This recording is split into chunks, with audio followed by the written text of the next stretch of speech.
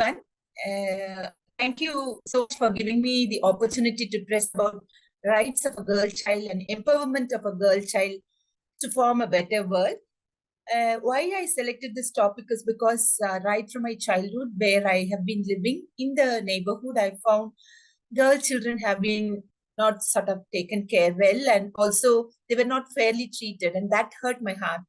And when I joined for nursing, I thought I must do for my PhD thesis, I must do on this gender bias because I myself personally witnessed discrimination. Yeah. So why I chose this topic is that when I was small, I saw in my own neighborhood girl children being treated not well, not fairly, and that hurt my heart so much. And I thought I must do something towards it. And when I joined for nursing, for my master's thesis, I took this as a thesis, and I'm still working on it. Not working on the thesis. I've submitted the thesis, but I'm working on the issue. So this gender bias is not only in the small place Vellore where I'm living in. It is in India. It is in every other country. Maybe in Western countries it is there. It is not so visible. But definitely in developing and underdeveloped countries, there are issues related to women asserting their rights. And therefore, it is time that really women try to empower themselves, or they get help by the support system so that they'll be able to enjoy the equal rights as of men. So according to the society, the girl means nothing. Just she has to do the works at the instruction given to her. Discrimination against a female child is a topic for today because I myself had witnessed it. And I had been a subject of concern and sociological significance it has, and therefore I selected this. And it is a very sensitized issue. The subject raises cultural aspects about the role of male child in society, what her human rights are as a human being, and a lot of sensitive issues related to this. A girl child is discriminated both in cities and villages. Even our society, so-called educated families, also there are discrimination in terms of a girl child. The society discriminates a girl child in different manner in the village. She's discriminated, she's abused, she's forced to work, and she's forced to marry. Sometimes they may not like to get married, but they're forced. In cities, girl child is discriminated by child labor, abuse, and differences between a boy and a girl is shown very deliberately.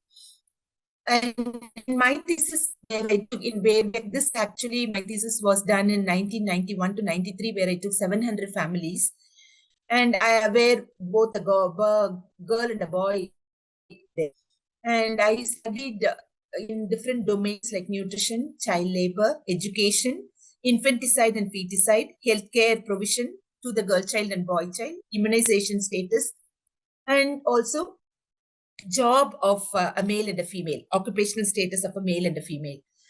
And in that, I had found that discrimination was there in every domain except for immunization. And that too, immunization, because probably the healthcare services are there where they themselves go and motivate the people to force them actually to come for immunization. And probably that's why that is found to be fair. But in all other areas like nutrition, child labor, education, feticide, healthcare, job and occupation, there was a discrimination found against a girl child. Nutrition, even a simple thing like even serving food, the girl child should serve food for everybody, and then only once everybody finish, she has to sit and eat with the mother. Child labor, the child is made to do all indoor activities like cooking, cleaning, washing. And in terms of, whereas the male will be to fetch, to do the schooling and things like that. In terms of education also, there is discrimination found in my study where the girl children were told to study only up till primary, at most secondary classes, because they're not going to be the prospective breadwinners for the family. Anyway, they will get married and go to another family, and so therefore the boy is the breadwinner. Boy will be the prospective breadwinner of the family, and he has to be cherished.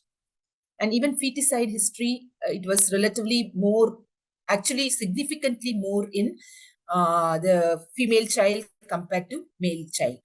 Healthcare provision, they tried and they preferred homeopathic treatment for girl children, which costed very less. And some girl children were not treated even, they were kept at home. Whereas for minor ailments, and whereas for male children, they selected the allopathic treatment. And job and occupation, again, it was found profoundly suited, or the males were in the better off jobs compared to the females, and most of the females were sitting at home. People usually think that boys are better performers, so money is usually spent on boys in matters of education and occupation, and the girl child is treated in bad manner and is discriminated even within the house. The gender equality has to be sought forth, and gender-based discrimination against female children, it is found across the world, and female child has been treated inferior, and this is deeply engraved in the minds of female children. Some argue that due to the inferior treatment that's given to the male children, their rights have been taken off, and this is more predominant in India as well as in less developed countries. Sex selection, even before it happens, and if it happens to be through the ultrasound, through the scanning, if they come to know it is a female child, they try to go for abortions. So in countries like Pakistan, Bangladesh, India, South Korea, this happens very commonly. And also infanticides and feticides of female sex is a profoundly common factor in every country, especially underdeveloped country and developing country. There are two main inequalities, which was pointed out by Amartya: the education inequality and the healthcare inequality between the women and the men, or the girl child and the male child. In India, irrespective of the caste, creed, religion, and social status, overall status of women is lower compared to the men, and a male child is preferred more than a female child. They think that male child is a blessing and female is a burden for the family. According to a study done in 2001, Indian census, actually, overall male-female ratio was 927 females per 1,000 males. However, in 2011, Indian census showed that 914 were there per 100 males. During the last decade, the number of female children to male in the youngest age group fell from 945 per 1,000 to 975 per 1,000. A social development report presented in 2010 to the World Bank and UNDP found that a female child and a male child spends more on activities. It is similar, except for the domestic work and the social resting time where there was discrimination. A female child spends nearly 3/4 of the hour more on domestic than the male child.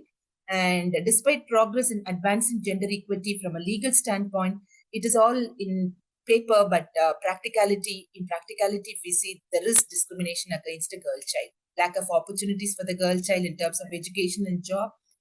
And this suggests that providing space for young girls to develop leadership skills is very, very important, and healthy living for them is important too. This can shape attitudes towards women capabilities as leaders and decision makers, conventionally male domains and male dominated cultures. Because of the sex preference of male children in India, female children are deemed in the areas of health and education. Gender bias study, as I told you, I've shared already about all this. As soon as a girl is born, she's killed by the villagers. She's abused either physically or sexually.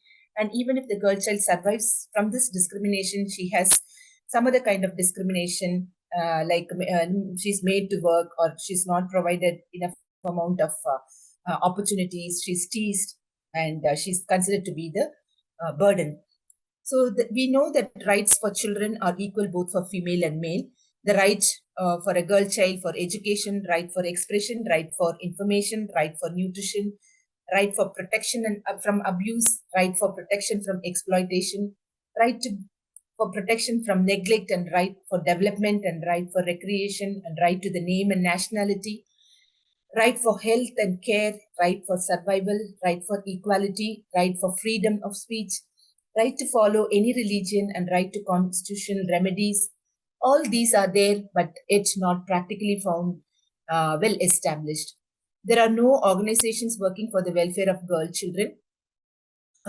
Number of organizations, I mean, like United Nations Children's Fund, like UNICEF, WHO, ILO, the COE, and also SWC, SIDA, and various other organizations, Gender Equality Incorporated. So many organizations are there. Not that they're not working towards it, they are working hard. But still, some amount of discrimination is still found. It's not so bad compared to past decade or the previous ones. It is improving, but still we have not reached up to 100%. Women have a biological advantage over men for a long life of survival. However, in spite of this, there are more men than women. So we can understand, even though there are biological significance and advantage, why women die earlier. Though the demographic characteristics do not show much in some cases, like anti-female bias, there is always a woman who had a small piece of the pie. African women, even in Africa, it's a profound feature where they were discriminated against men. They had a very few or no legal rights, no access to education or right to own property even. Jobs were often hard to find, but many African women worked in the agricultural or domestic field, and they earned only daily wages where they were not able to have good education and have a better off white collar jobs. Most African women still earn less than the men and are more trapped in low paid, low skilled jobs compared to males. Many studies have proven since 1994 the participation of women in the labor force has declined by one. Plus side, the number of women in non-agricultural paid employment over the decade has increased by 3.5. Unemployment rates for both men and women remain largely unchanged over the past decade, with the women still the marginally low level 7.6 compared to men 9.1. In relation to the women elsewhere in unemployed, rates of African women are much lower compared to the other. And even in Europe, this dismal status is found. Even in Saharan Africa and in various other places, Zimbabwe, many studies have shown that women are not in good or equal status, or the girls are not in equal status with the men or the boys. Women were not allowed to work outside the home. They were forced to wear burqa in some of the Middle East countries, and even in India for that matter, they were not permitted to travel. In addition, girls' schools were closed down, and there are evidences like in 2002, only 5% of women were literate, and like that, many examples are there. Even in Afghanistan, which was ranked as the country with the second rate of maternal mortality, with upwards of 50,000 Afghan women dying in childbirth each year. So right from childhood, the discrimination against the girl child has been there every time, and girls are not allowed to play games even outdoor. This inhibits development of girl child and continues go on even while she becomes a woman and an adult. And thus, it is no wonder that Pakistan does not have any women speakers. And so this is a kind of scenario not only in Pakistan or in India, it is in most of the underdeveloped and developing countries. And even in developed countries, there are a lot of discriminations. Maybe their rights are much higher, but still, it is still prevalent. And places like in Yemen, and women are not free to marry who they want to. It is found in some of the countries like Yemen and so on, in some of the Middle East countries. And violence against women is also very, very common. And in India also, it's becoming common. Government is taking a lot of efforts, not denying that fact, but still, people are not educated enough to treat the girl child equally like the boy child. They only treat them like doormats. And in 2010, Amnesty International reported that according to the police statistics, 610 cases of rape and 511 cases of carnal abuses were identified. Even in Jamaica, the Sexual Offences Act was passed in 2009. And in India, especially in our own institution, we are talking about POCSO now, where there is a prevention of sexual abuse and physical abuse for children. And so now, especially sexual abuse, a POCSO law is being passed. And we, in our hospital, we are trying to develop policies related to that. We have submitted a copy to the government. And so soon enough, it will be shared with all the other institutions in India. So likewise, we can keep on talking about this, where nurses, I'm a nurse, and basically because I'm a nurse and because I myself have witnessed in my own neighborhood, I thought I should do also something about it. So in nurses, they have a lot of role. Like they have to educate everybody in the schools. The teachers must become aware. The parents must become aware. The community leaders must become aware. The society should become aware, so that, and also laws must be duly passed in, so that violence or abuse, either physically or sexually, or undermining a girl child will not exist in our society. So how can education happen? It can be one-on-one by word of mouth, or it can be done in schools as school health programs, or it can be done in the community as community health programs.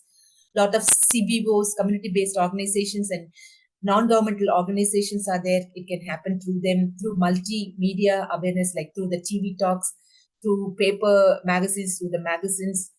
Awareness can be brought forth. Camps can be held, rallies can be held, and advocating for a girl child. Actually, in our own Tamil Nadu state, the Chief Minister's girl child protection law, where the Totil, they say, where a girl child is born deserted, that child can be handed over to the government and the government will take care. So a lot of programs are there and they are getting implemented and the status is sort of improving, but we must make sure that it is soon brought to a fair amount of implementation has to happen and awareness has to happen. And a lot of networking, like parental networking or community networking to strengthen these projects should happen. And also there should be medical aid facilitators for abused girls. When they come to us, we must be able to make sure that they are well protected and they are taken care from then on, where they'll be helped out in for their higher educations and for their job securities and also for their living security. They must be well taken care. So thank you very much for giving me this opportunity to share about the concerns about girl child. And I'm not denying the fact a lot of efforts are being taken, but still lots more to be done so that equal status can be obtained for girl children, not only in my own area, in the state, but in India and across the globe. Thank you very much. And I'm so deeply indebted to the organizers for giving this opportunity. And I do learn a lot from each and every one of you.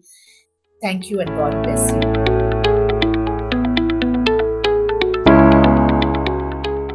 Good afternoon, ladies and gentlemen. Thank you very much to give me this opportunity for the second time to have this presentation with you on this beautiful conference, International Conference of Cancer and Science Therapy. My presentation is about interventional breast imaging basic principles. I'm Dr. Iman Al-Mahawis. I'm a consultant, diagnostic radiology, and with subspecialty of women imaging and breast imaging from Saudi Arabia. Our objectives here, I will go through the descriptions of advantages of percutaneous breast biopsy and the techniques of performing breast intervention. That includes ultrasound-guided biopsy, stereotactic biopsy, and MRI-guided biopsy. Breast imaging has undergone many changes since the early years of mammography. Screening mammography proves decrease in breast cancer mortality through an early detection and detection of non-palpable suspicious findings requiring histologic evaluation. Definitely widespread acceptance of percutaneous breast biopsies technique represents most important practice-changing development in breast imaging. The radiologist now plays a vital role, not only in detection and evaluation of breast disease, but also in the diagnosis and management of breast cancer. Validation of percutaneous image-guided biopsy. Validation of the safety, accuracy, and cost-effectiveness of breast biopsies has led to their replacement of surgical biopsy for most breast lesions requiring a tissue diagnosis. The advantages of minimally invasive corneal biopsy over surgical biopsy include less scarring, fewer complications, lower cost, and faster recovery for the patient. The success of these biopsies depends on both performance of the procedure and the appropriate post-biopsy management. Confidence in benign and concordance image-guided biopsy findings allows avoidance of unnecessary surgery in the future. Sampling error can lead to histological underestimation.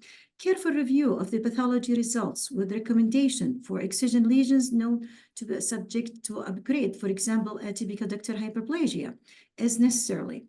And discordance between image and pathology result also require excisional biopsy. We will see some examples.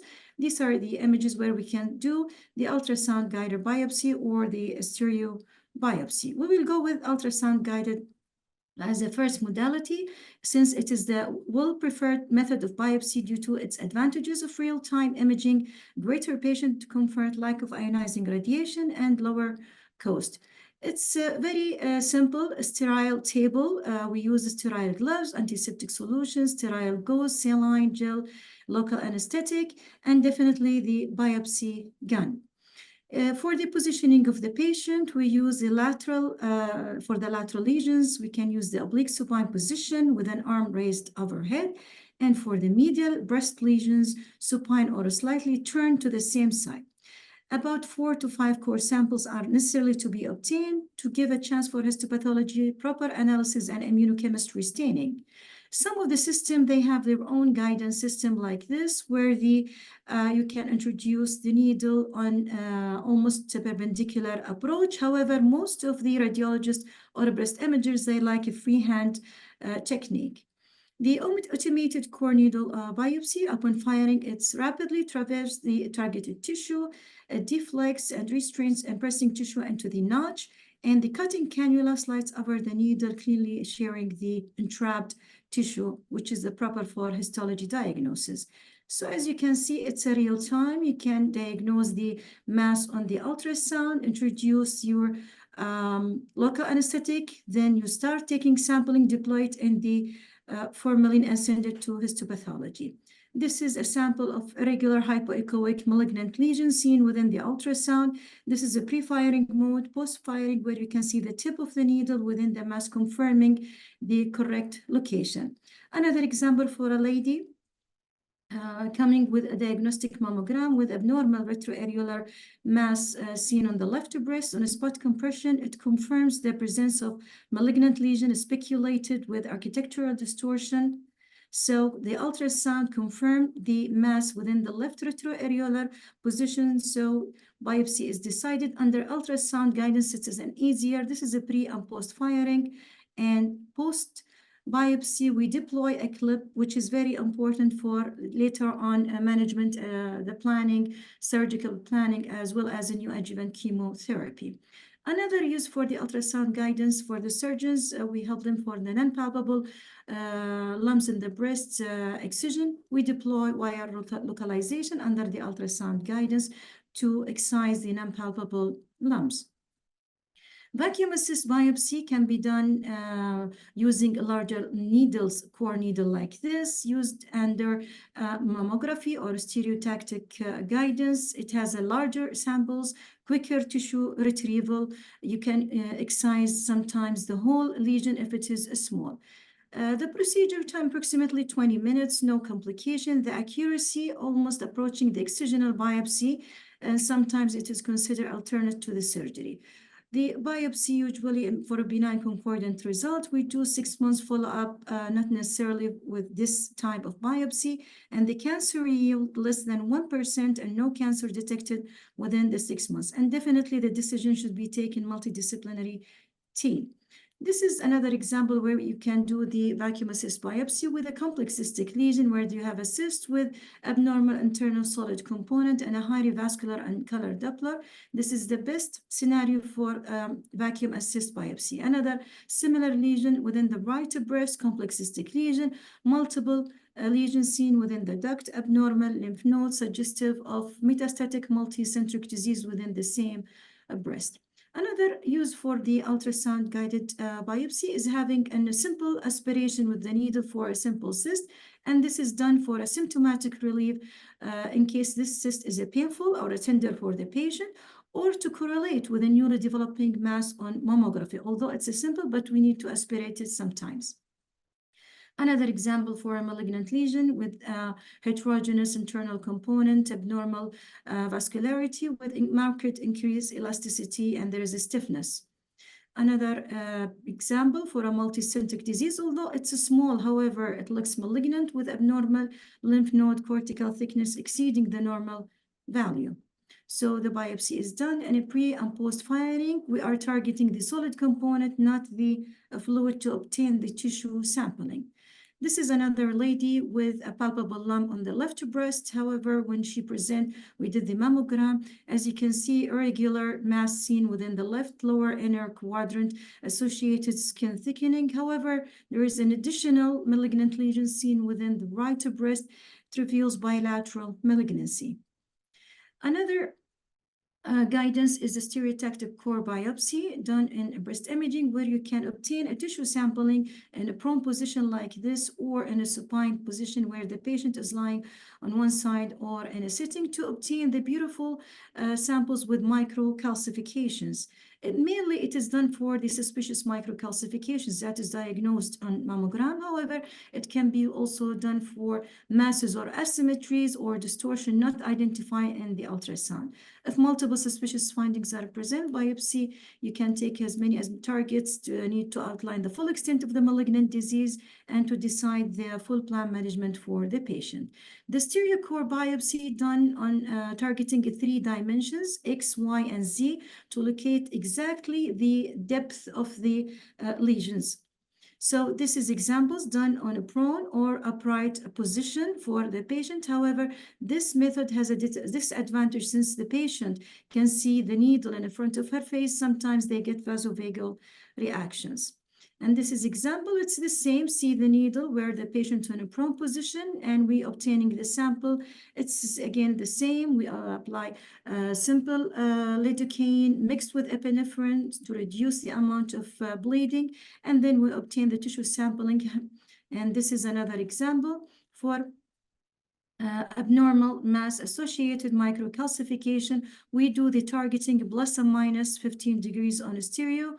This is in a pre-firing mode to avoid that the needle is hitting the stroke of the table. This is plus and minus 15 degrees for the stereo pairs before and after local anesthesia introduction to obtain this core needle samples using large core needle biopsy 7 or 9 gauge. And after we obtain these samples, we need to image it within the faxitron to confirm the presence of microcalcifications. Otherwise, we need to obtain more tissue sampling where the needle is there before deploying the clip. And the last modality is the MRI-guided biopsy technique, where the positioning here in an MRI, the patient will be in a prone position like this. The breast is compressed and the biopsy bread like this, and the needle will be introduced into tiny squares where you will give the patient IV contrast to localize the abnormality that was not identified by mammogram or ultrasound. This is the main indication for MRI guided biopsy. Then we introduce the needle to obtain the tissue sampling and deploying the marker. We don't obtain some images because the target here is not calcification, it's merely parenchymal abnormal enhancement. So in conclusion, the image-guided percutaneous breast biopsy is a safe, accurate, and a cost-effective method of establishing a tissue diagnosis of breast abnormalities. It has replaced a surgical biopsy as the initial method of diagnosis for most breast lesions. Stereotactic ultrasound and MRI guided all of these effective methods for performing image-guided biopsy. However, the ultrasound-guided biopsy is the preferred method due to its speed, cost, patient's comfort, and real-time capabilities. With all biopsy methods, careful attention to the technique and radiologic pathologic concordance are needed for successful outcome, and quality standards are very important for the result. Thank you.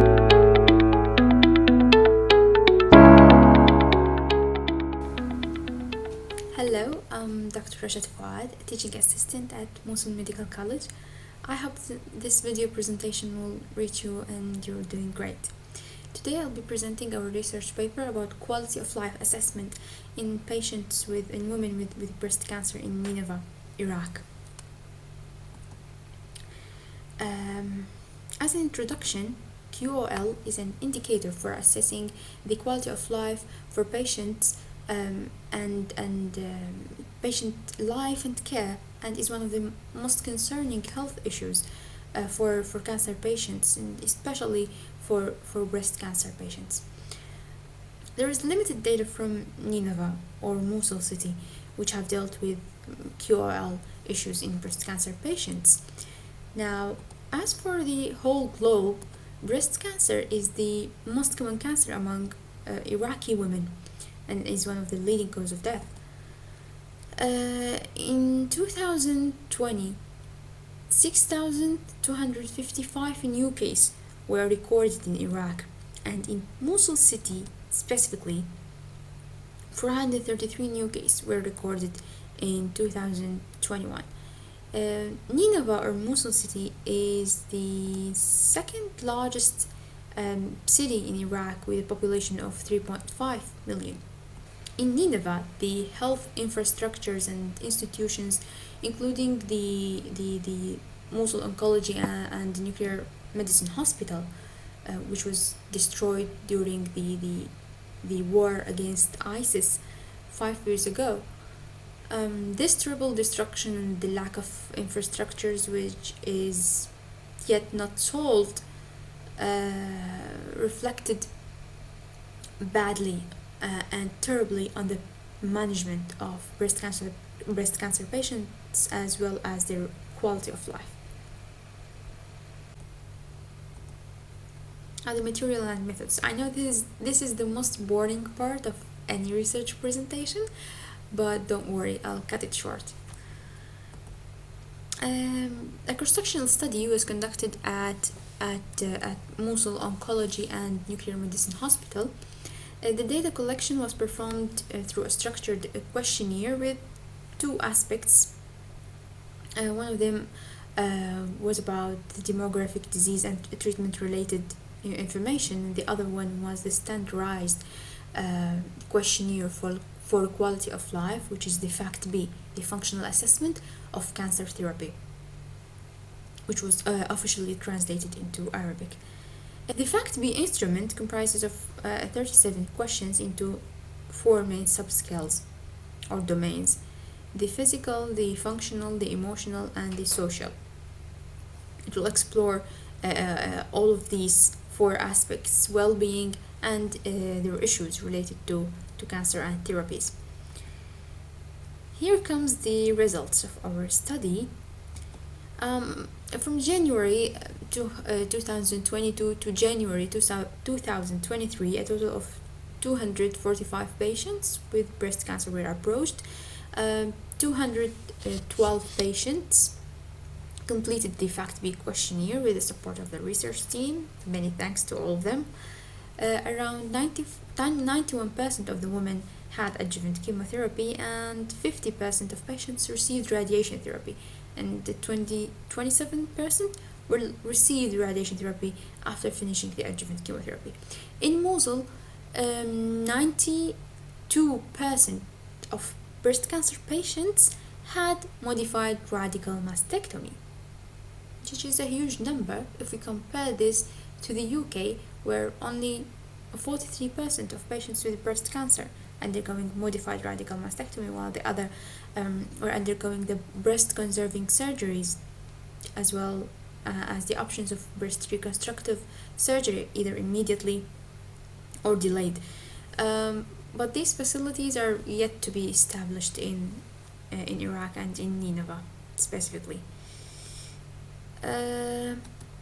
Regarding the results of FACT-B response scoring, the physical, social, emotional, and functional well-being are part of the questionnaire. There is also breast cancer specific concerns, or specific part of the questionnaire, which will score in which our patients score 21.7 out of 40. The trial outcome index is an index for the physical and functional well-being together, the functional assessment of cancer therapy in the general cancer or general condition, and the functional assessment of cancer therapy regarding breast, which is the overall score for quality of life of our patients, was 75.7 out of 148. The physical well-being and the emotional well-being were scoring the less, with 12.9 for the physical well-being and only 9.7 for the emotional well-being out of 24. Only 9 in the emotional well-being and physical well-being. Now, to compare this with the quality of life globally, this systematic review and meta-analysis of global quality of life in breast cancer patients, general FACT-B scoring, our score is still fall within the the global range of quality of life. But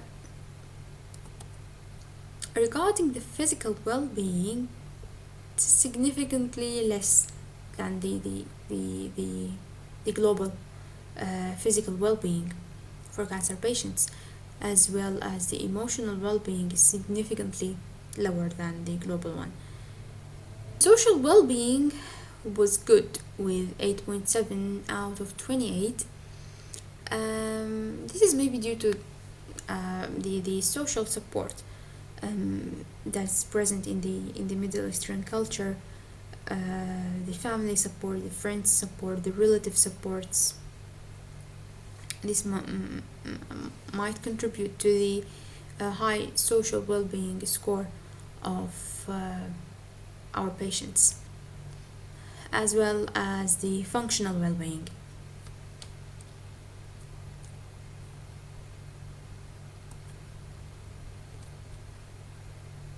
Now, what makes the physical well-being with such low scoring is that about 44. What makes the physical well-being of this low score is that about 44% suffered from patients reported. What makes the physical well-being in such a low score is that 44% of patients reported that they were suffering from pain during receiving chemotherapy, and about 38% felt ill and could not meet the requirements of their families. 36.3% suffered from lack of energy, and 35.3% had severe nausea and vomiting.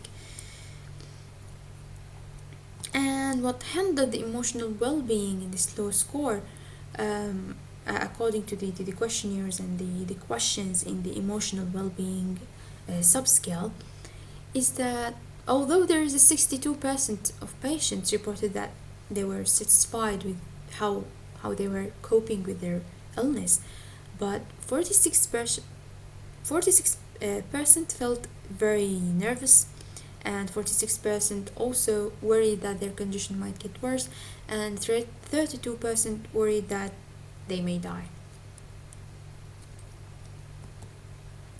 Now, we also wanted to know in this study how age groups and treatment time will impact the QOL.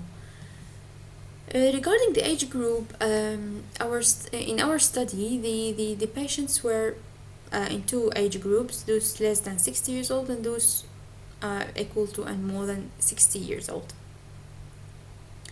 The result was that in the context of physical well-being, social well-being, and functional well-being, those aged less than 60 years old have better scoring, as well as the general fact-based score was better in those aged less than 60 years old compared with those more than 60 years old,